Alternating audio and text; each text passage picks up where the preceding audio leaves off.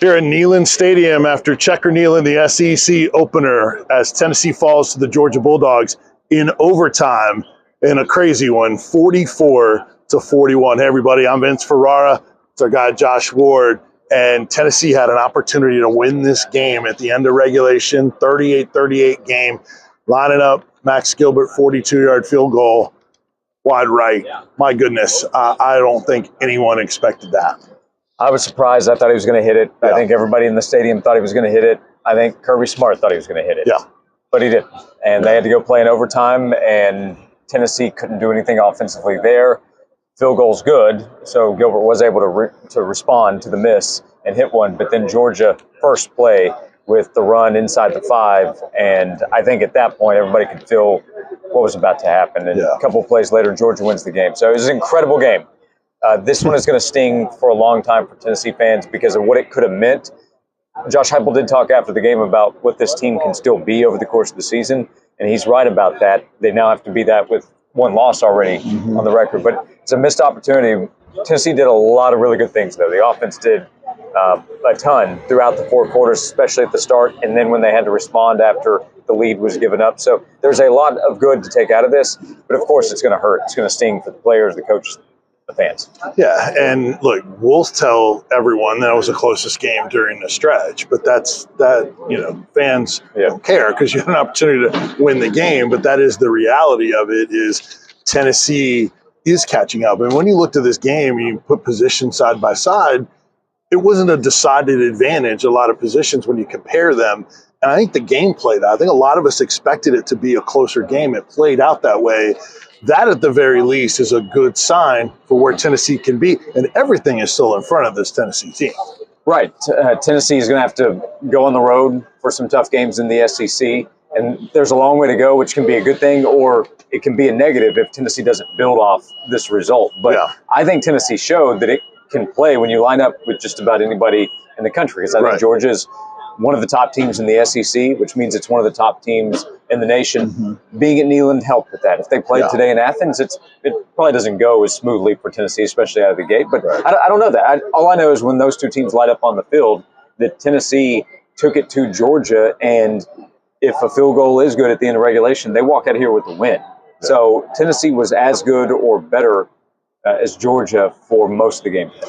We'll get to some of the specifics of the really good positives in just one second. But one of my concerns about this game for Tennessee coming in was all the injuries on defense.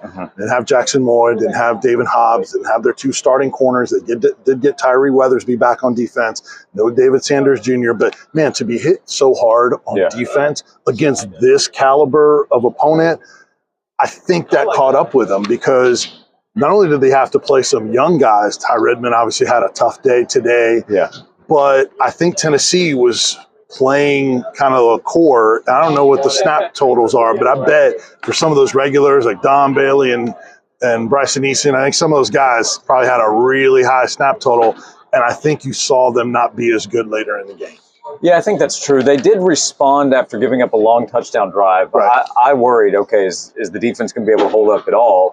And it held its own. It wasn't good enough. They have the long touchdown drive, but talking about Georgia. But also in some of that, give credit to Georgia because the 4th and 7 play to score and then hit the 2-point conversion to tie it. That's an incredible throw from Gunnar Stockton. He put the ball exactly where it had to be. Tennessee's defense was able to continue to pressure him at different times. They knocked the ball out and got the ball back to the offense with a 5-point lead. Offense came up with 3 points to make it a 38-30 game. But yeah, you're right. Tennessee's defense was challenged. It was stretched thin because of where it was from a health standpoint. And adding Colton Hood was critical, but they're still clearly missing Jamal McCoy and Ricky Gibson. Tennessee wins the game if those two guys play, but they didn't. And that's where Tennessee is right now. And I'm not sure Gibson's coming back this season. I've not heard any good anticipation with his status. And then McCoy, we're waiting to see. So Joey Aguilar, 24 of 36, 4 passing touchdowns, 371 yards. Did have the 2 interceptions thrown. Argue one of them wasn't his fault, was Staley slipped. And then you had a rushing touchdown to start the scoring today. How do you evaluate Aguilar today? Overall, he was spectacular. I agree. Perfect, of course not, but nobody was expected to be perfect in this game. He answered questions that surrounded his name coming into a big game against a talented defense. He can make plays down the field, which this offense has lacked the last couple of years consistently for sure.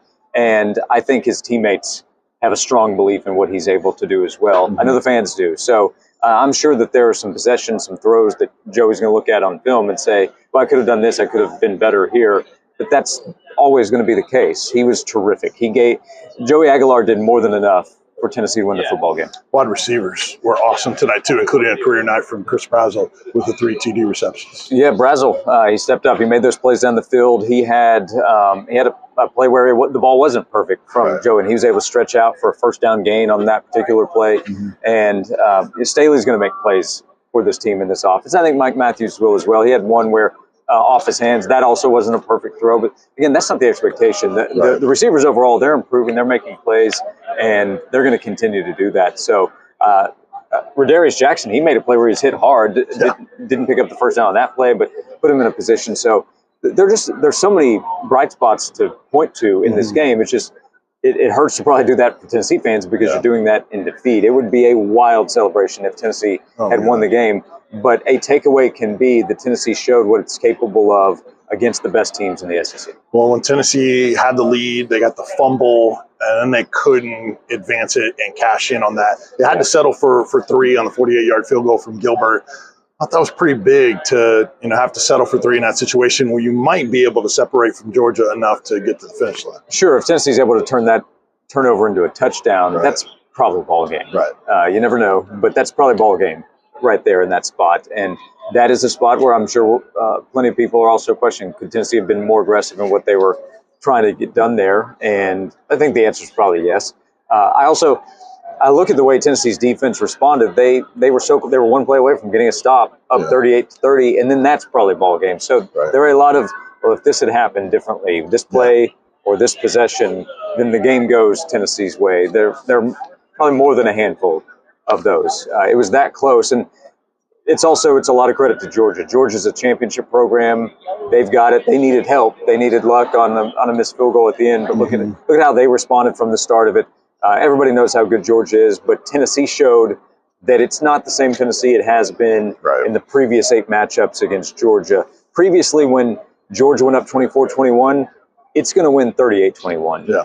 But not this time. Tennessee was able to not only hang in there, take the lead, and put itself in a position to win. So Tennessee showed it's in a different spot, I think, as a program, player development, talent upgrades overall throughout the roster. Tennessee has gotten closer. Georgia's probably, overall, it's probably better, but it was clear over the last 8 years that Georgia was better. It's not clear that Georgia was better in this game. Georgia's a little bit better in the end. Yeah. Long term, this should not dock Tennessee much. If they take care of business and they win some big games down the road, and you're going to have to in order to get to where you want to be in the college football playoffs, losing closely to Georgia, people aren't going to kill you for that. Yeah, I don't know what this means for the polls where Tennessee will be voted, and the polls have been quite a conversation here recently. But I think Tennessee should be higher than where a lot of people probably had them in their votes or their minds a week ago. I'm more impressed with Tennessee as a team after the Georgia game, in which Tennessee lost, than I was going into it. Yeah, based on the competition, absolutely. And I think people nationally will view this as these are 2 of the better teams in college football. Yeah. And there were, several reporters kind of referred to the game as like a heavyweight battle and just going back and forth, punch for punch. So I agree with you. I think yes, it stings. It sucks. You had an opportunity there to win the game, and then you're into another stratosphere for what you want to try to accomplish this year. But overall, I was impressed by that from what we saw tonight. Yeah, so this can turn into, well, what happens the rest of the season? Tennessee can be a playoff team. Now, Tennessee can't turn around and not be as dialed in when they go to Mississippi State and allow one of those road upsets that shouldn't happen. And they still have to go to Tuscaloosa, which is going to be a really tough game. And who knows about Florida, where that team will be. But I don't have to explain why going to Gainesville is a big challenge. Yeah. But Tennessee as a team showed that it's capable of so many things. So I think nationally, the big takeaway with Tennessee in the conversation would be, hey, it's a really good team. And Joey Aguilar, there's been the whole quarterback conversation. Nobody's debating at this point where Tennessee is at the quarterback position compared to 5 or 6 months ago. So it wasn't a win on the field, but Tennessee's program is in a position where it can still win a lot this year. Yeah, and credit to Josh Heupel. Even he didn't want to kind of in this conversation, he was asked about, what can you learn? And he didn't want any part of moral victory. He's like, that's not the standard here. Right. That's what you guys as fans want to hear. You don't want to hear that a moral victory is a standard, but we're just kind of giving you the reality of how to kind of process this moving forward. And there's a recruiting aspect too, right,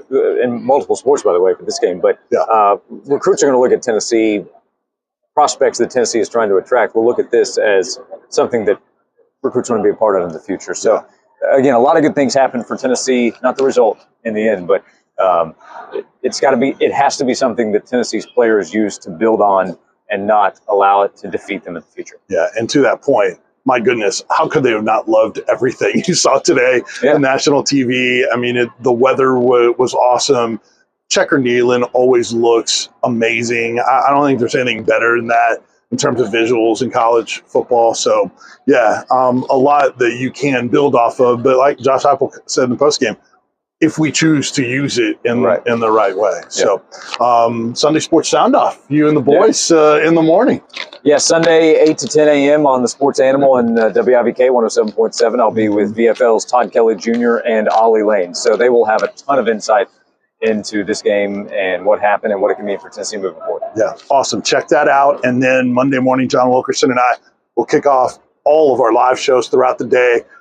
Tons of reaction on Monday from all of our great local shows starting at 6 a.m. and all the way through 7 p.m.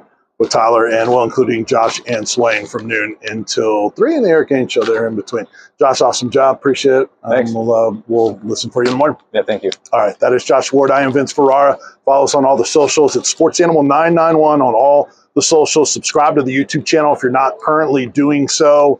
And click on like. Feel free to comment. And we appreciate you guys checking our content out. We'll talk to you soon here on the Sports Animal. Georgia wins in overtime, 44-41 over Tennessee. See you guys.